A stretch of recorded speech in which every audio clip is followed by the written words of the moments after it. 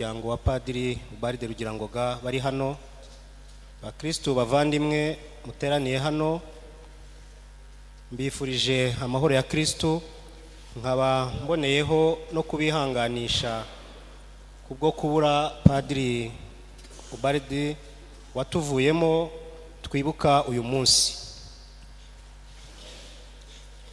Tumwibukira ku bintu byinshi byiza yakoze, ariko mu kwemera kwacu nk'abakristo bizera, buriya yatabarukiye igihe Imana yari yaramugeneye kandi yamutuje aheza.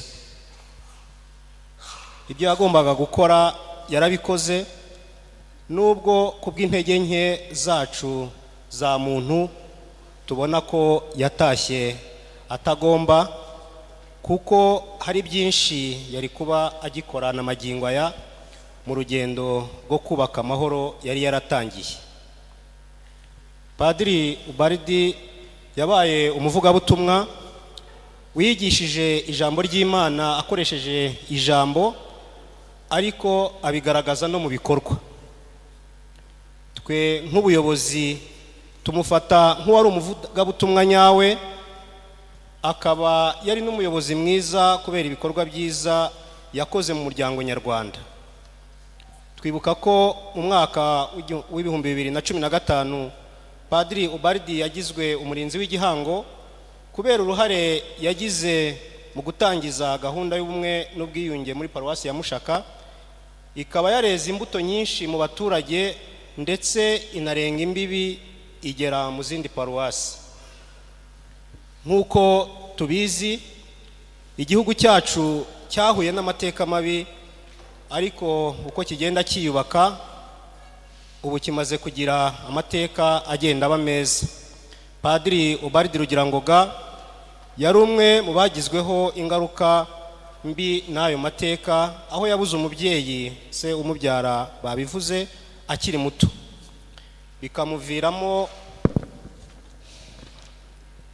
kuba impunzi, akaza no kubura nyina umubyara muri jenoside yakorewe abatutsi muri 1994.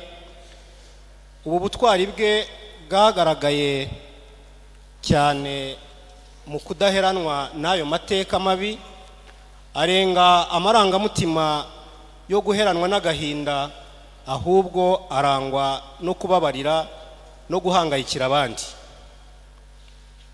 Mu mateka meza igihugu kimaze kugeraho, mu kigereranyo gishimishije cy'ubumwe n'ubwiyunge bw'abanyarwanda, dushimira uruhare Padiri Ubaride Rugirangoga yagizemo, duhereye muri paruwasi ya Mushaka aho yatangirije ibikorwa by'isanamitima, ubumwe n'ubwiyunge, kandi akiyemeza kuzenguruka igihugu cyose ndetse n'amahanga, ahuza abantu banyuranye, bamwe abigisha gusaba imbabazi z'ibyaha bakoze, ari nako abandi abashishikariza kuzitanga.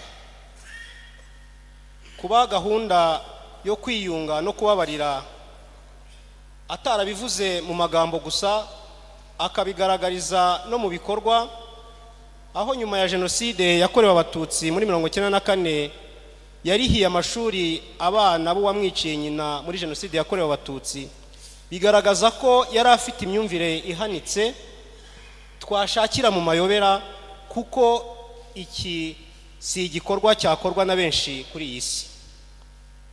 Tumufata nk'intangarugero, uwo twita mu ndimi z'amahanga role model, mu gutanga imbabazi no kugira uruhare mu bumwe n'ubwiyunge, akaba yarabereye abanyarwanda urugero rwiza.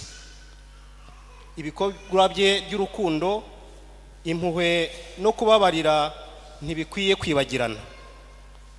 Bikwiye kubera twe abayobozi n'abihaye Imana, abakristo ndetse n'abanyarwanda muri rusange, urugero rw'ubumuntu, urukundo, gusaba no gutanga imbabazi, ariko no kudaheranwa.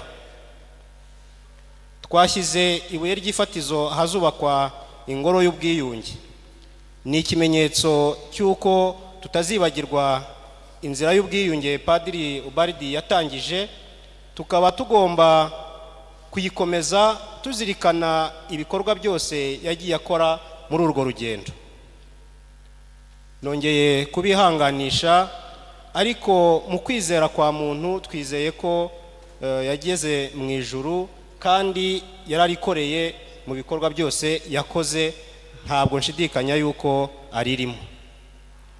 Reka rero nongere kandi kwifuriza Padiri Obaridi Rugirangoga kuruhukira mu mahoro, kandi ibyiza yakoze abantu twese tuzahora tubimwibukiraho.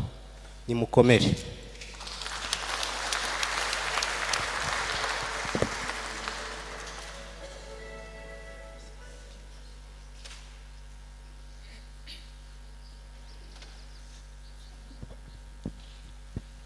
Murakoze cyane nyakubahwa muyobozi. Nyiricyubahiro Musenyeri